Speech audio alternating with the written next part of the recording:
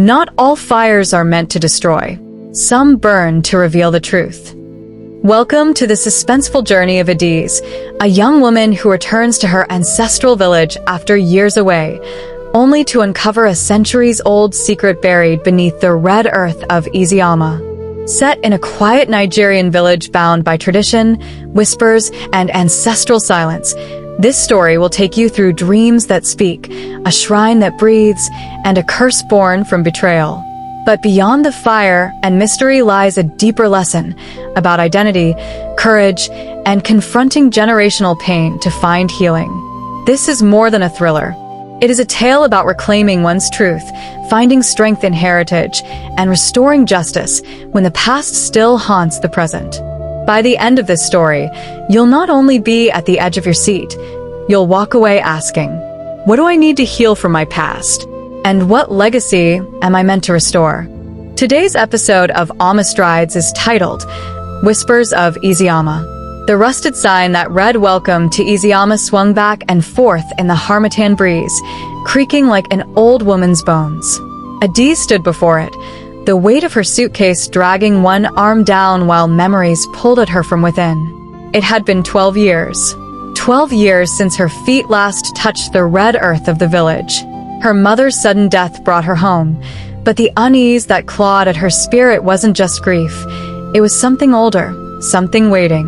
Eziama had hardly changed. The narrow footpaths still wound between round huts and faded zinc roofs. Roasted maize still sizzled at the market's edge. Children still chased chickens through open courtyards. But the people had changed. Their eyes lingered on her. Their voices dropped when she passed. There was something in their stares, something brittle. Part fear, part judgment. They say she dreams of fire. She overheard one woman whisper. They say her blood is cursed, came the reply. She tried to shake it off. The dreams had started the moment she entered the village. Flames, screams, a bound woman at the stake, her face contorted in terror. A single phrase echoed through every nightmare, undo what was done. By day, the compound felt colder than it should. Her mother's belongings lay untouched, as though waiting. Her photograph on the wall seemed to follow Adiz with its gaze. And at night, the silence pressed in from every wall like a shroud. Drawn by instinct more than reason, Adiz visited the old village shrine one evening. Weeds had claimed its entrance. Dust veiled the carved idols. But there was a presence there thick, watching. She knelt, closed her eyes, and saw her again, the woman in the dream. Tears streamed down her cheeks. Her mouth opened, but no sound came. Adiz reached out, only to be jolted by a voice. You're not just here to bury your mother, someone said behind her. She spun around. A young man stood there, half shrouded in shadow. He introduced himself as Chinedu, his voice calm but urgent. His eyes, deep and strange, held secrets she didn't understand. You carry more than blood, he told her. You carry a legacy, one buried in fire and silence. She didn't believe him at first. Not until the ground trembled beneath them and a gust of wind roared through the trees, scattering dust into the air. In that dust, the woman's face reappeared, clear, in pain, pleading. Adiz stumbled back, heart racing. Chinedu steadied her. She is your great-grandmother, he said. Amaka. They called her a witch, burned her alive for what she never did. The curse began that night. The days that followed were filled with more questions than answers. Chinedu introduced her to old scrolls, to tales whispered from elder to elder. He revealed that a secret order known as the Keepers had watched over the shrine for generations, guarding it against the growing darkness. You were never supposed to return, he said, but the land called you back. Only you can finish what your bloodline began. The deeper Adiz went, the more the village turned against her. Rumors spread like wildfires. They said she communed with spirits, danced with devils. Even some of her childhood friends crossed the road to avoid her. Then came the fire. She woke one night, choking on smoke. Her hut was ablaze. She barely escaped, watching helplessly as flames devoured everything she owned. The villagers stood at a distance, faces blank, unmoved. It was a warning, but she would not leave, not without answers. A few days later, another stranger arrived, a young man named Obinna, who claimed to be her relative, a descendant of Amaka through a secret bloodline. He brought with him relics, old journals, a family tree she'd never seen. There were stories written in Igbo dialect she struggled to read, but Chinedu helped her translate. Together, they began to uncover the truth. Amaka had been betrayed by someone within the family, an uncle who had accused her of witchcraft to steal her land and silence her power. The curse wasn't just a punishment, it was a plea for justice. As the full moon approached, they planned the ritual. The shrine would be restored. Sacred herbs gathered. Chants learned. The ritual had to be performed at midnight on the full moon, when the veil between the living and the dead was thinnest. But danger was near.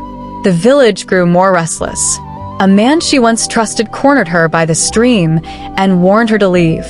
"You don't know what you're stirring," he said. "This land is soaked in secrets." The night before the ritual, Adiz couldn't sleep. She sat by the shrine, mask in hand, staring into the flickering flame of her lantern. What if she failed? What if the curse consumed her too? But when the moon rose, she walked into the clearing. Chinedu and Obinna stood by the altar. The wind howled. The shrine seemed to pulse with ancient power. They began the chants. Smoke rose from the herbs, curling into the air like fingers. Then screams. From the edge of the forest came shadows, men from the village, torches in hand, eyes wild with fear and rage. "Stop her," someone shouted. "She brings evil." But Adiz didn't stop. She raised her hands, voice trembling but strong. The flames grew taller, blue and gold. The shrine glowed. A wind surged forward, knocking the intruders back. And from the fire, the face of Amaka appeared once more. This time, not afraid, smiling. A final gust swept through the clearing, and then silence. Dawn broke gently. The forest stood still. The shrine, now quiet, hummed with peace. The curse was broken, but something in Adiz had changed. Her eyes held a new light, her spine, a new strength. She looked out across Eziama and knew she would not leave. The village would never be the same, and neither would she. Adiz's journey was never just about solving a mystery. It was about breaking chains. The ones you cannot see. The ones that live in silence, shame, and things left unsaid. She could have run from it all, but she chose to stay, confront, and rise. And by doing so, she didn't just end a curse, she rewrote her legacy. This story teaches us that the power to heal sometimes lies hidden in our pain, that the truth we run from may be the key to our breakthrough, and that even when the world calls you cursed, you can reclaim your name, your story, and your fire. So to you reading or watching this now, fire, don't be afraid to return to your roots. Fire, don't fear what others might say when you stand in your truth. Fire, and no matter what you uncover in your story, know that you were born not just to survive it, but to transform it. Your voice matters. Your healing matters. And your courage will light the path for others.